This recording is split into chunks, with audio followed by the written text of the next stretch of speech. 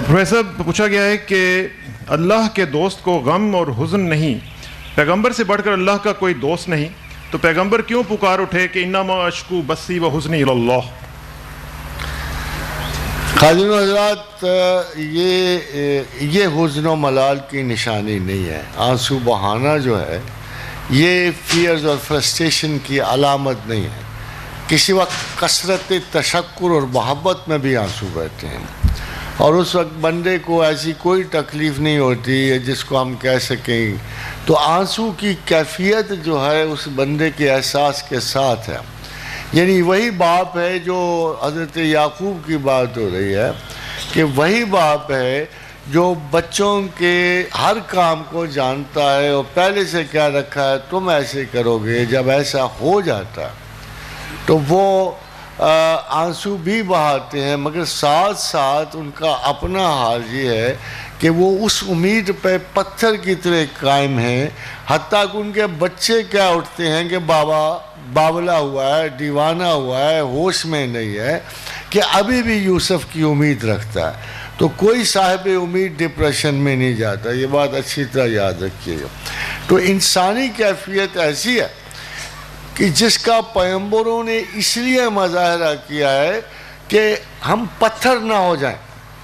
اب دیکھیں، انسان تو انسان ہے. قرآن حکیم کہتا ہے کہ ثم قست قلوبکم فہی کالحجارۃ واشد قسوہ، کہ انسان ایسے ظالم ہیں کہ یہ آنسو تک نہیں بہاتے، حالانکہ پتھر ایسے ہیں جو خدا کے خوف سے لرز جاتے ہیں، سمٹ جاتے ہیں، سکڑ جاتے ہیں، اور ان سے نہریں پھوٹتی ہیں، آنسو ان سے نکلتے ہیں. تو یہ آنسو تشکر کا نشان، عبادت میں عذر نہیں ہے. یہ خدا کی محبت اتنی بڑی ہے کہ اگر ساری زندگی بھی روتا رہے، ساری زندگی بھی آنسو بہتے رہیں، تو بھی آپ یہ نہیں کہہ سکتے کہ وہ یہ فرسٹریشن کے آنسو ہیں. محبت کا اپنا اتنا مزہ ہوتا ہے کہ اقبال نے کہا تو نمی دانی ہنوز شوق بے میرت ز وصل. تمہیں پتہ نہیں کہ محبت وصال سے مر جاتی ہے، شوق وصل سے مر جاتا ہے. چیست حیات دوام سوختن ناتمام.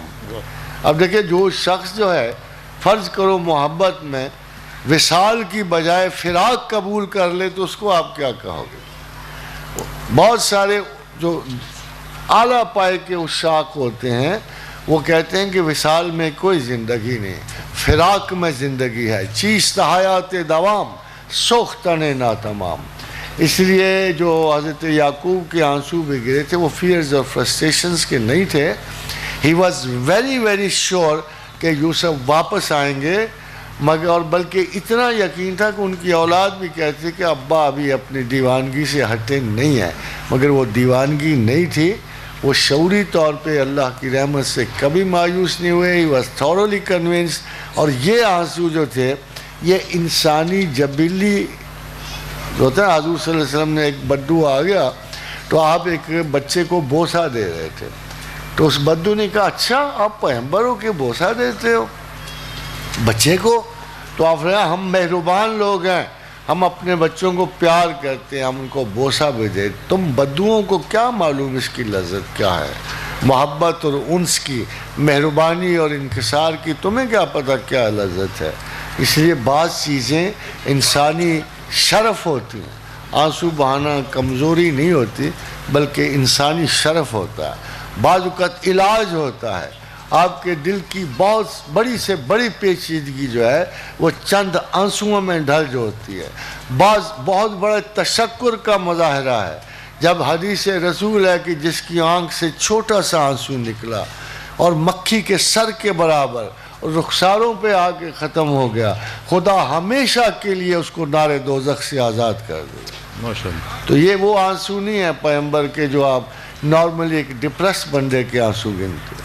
پروفیسر یہ آپ نے سپلیمنٹری کویسچن ہے جو آپ نے سوختن ناتمام کی بات کی ہے، اس کو تھوڑا سا ڈیفائن کر دیں لوگوں کے لیے، ہم جیسے لوگ جو ہیں انہیں پتہ نہیں ہے. اور کیا تسبیح جو ہے یہ میک شور کرتی ہے کہ ہم سوختن ناتمام میں سے گزرتے رہیں؟ اصل میں شاعرانہ طرز کو اسی لیے غلط کہا گیا کہ وہ جو لینگویج استعمال کرتا ہے وہ کبھی پریکٹیکل نہیں ہوتا. سوختن ناتمام کا مطلب ہے آدھا آدھا جلنا، رہ رہ کے تڑپنا. وہ پھر رسم عظم داغ دہلوی کا ایک شعر ہے، اس سے آپ کو زیادہ یہ سوختن ناتمام سمجھ، رہ رہ کے وہ پچھتائیں.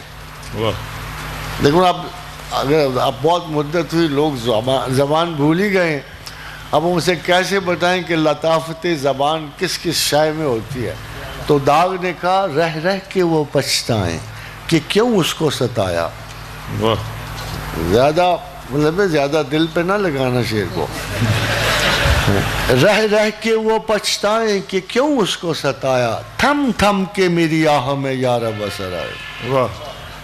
اب دیکھیں اگر آپ اس شعر کو دیکھیں، اس کی زبان کے اثر کو دیکھیں، تو اوپر شاعر مصرے میں کہہ رہ رہ کے وہ پچھتائیں، اور نیچے کہہ رہا ہے تھم تھم کے، یعنی وہ اپنی محبوب کو زیادہ زیادہ اذیت دینا چاہتا ہے نا.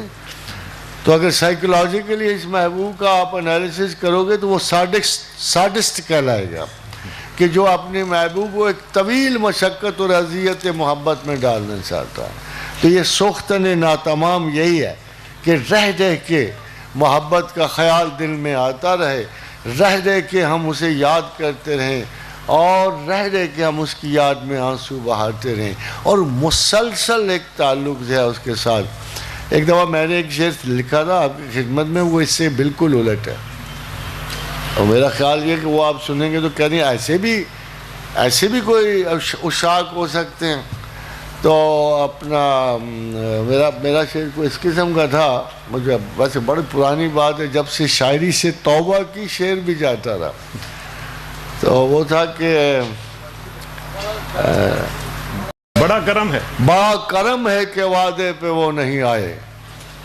دیکھو الٹا میں کوئی اور طرز کی شاعری کر رہا تھا، بڑا کرم ہے کہ وعدے پہ وہ نہیں آئے، بڑے مزے میں شب انتظار گزری ہے. تو یہ ذرا اس کے الٹ سے وقت کا شعر.